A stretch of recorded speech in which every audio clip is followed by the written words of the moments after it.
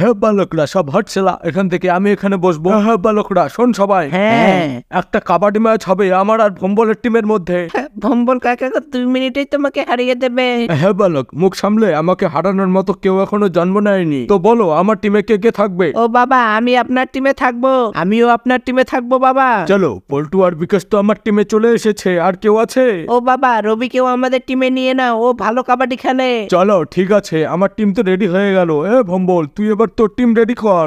আমাকে team ready করতে হয় না, আমার টিম সবসময় রেডি থাকে। কিরে ছোকরারা, তোরা রেডি তো? হ্যাঁ হ্যাঁ আমরা রেডি। চলো ঠিক আছে, কালকে দুপুরে দুটোই একবারে মাঠে দেখা হবে, দেখা যাবে কার কত দম আছে। A few inches later. Paltu তুই আমার টিমে চলে আয়, 500 টাকা দেবো। না না, হাট শালা ভম্বল, আমি লেমন জুস বাবার টিমে থাকবো। ভম্বল তুই আমার টিম কিনবি, শালা এমন মার দিব বুঝতে পারবি। লেমন জুস, পল্টুকে আমার টিমে পাঠিয়ে দে, আমি তোকে 500 টাকা দেবো।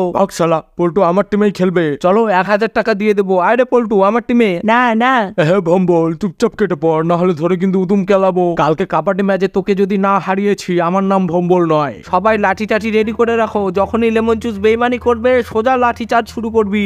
বালক সব, হ্যাঁ 2-4টে গোলা বারুদ রেডি করবি। ভম্বল যখনই বেইমানি করবে একদম এলাকা পুরো ধোয়া ধোয়া করে দিবি।